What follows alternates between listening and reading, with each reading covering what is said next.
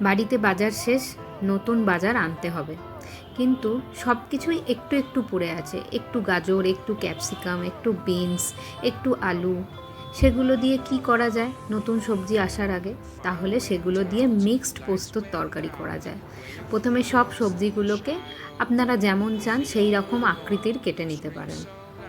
সবজিগুলোকে গরম জলে ভাপিয়ে নেব, তাহলে রান্নায় তেল কম লাগে। পেঁয়াজ বাদে বাকি সবজিগুলোকে গরম জলে ভাপিয়ে জল ঝরিয়ে রেখে দেবো। তারপর একটা কড়াইয়ে সামান্য সর্ষের তেল, জিরে, হিং দিয়ে নাড়িয়ে নেব। আপনারা লঙ্কাও দিতে পারেন। তারপর সেই সবজিগুলোকে দিয়ে হালকা করে ভেজে নেব। তারপর একটা মিক্সিং জারে একটু পোস্ত আর একটু তিল, আদা বাটা, রসুন বাটা, আপনারা লঙ্কাও দিতে পারেন, দিয়ে ভালো করে বেটে নেব।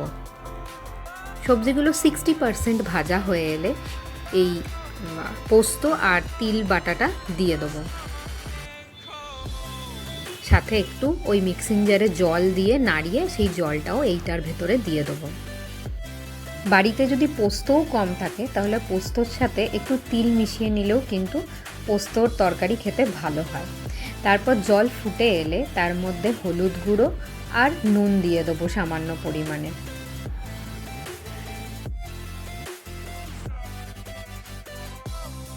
জল ফুটে কমে এলে এরকমভাবে তৈরি হয়ে যাবে মিক্সড পোস্তর তরকারি। তারপর ওপর থেকে গোলমরিচ গুঁড়ো, সামান্য ঘি আর গরম মশলা দিয়ে সামান্য কিছুক্ষণের জন্য ঢেকে রাখবো।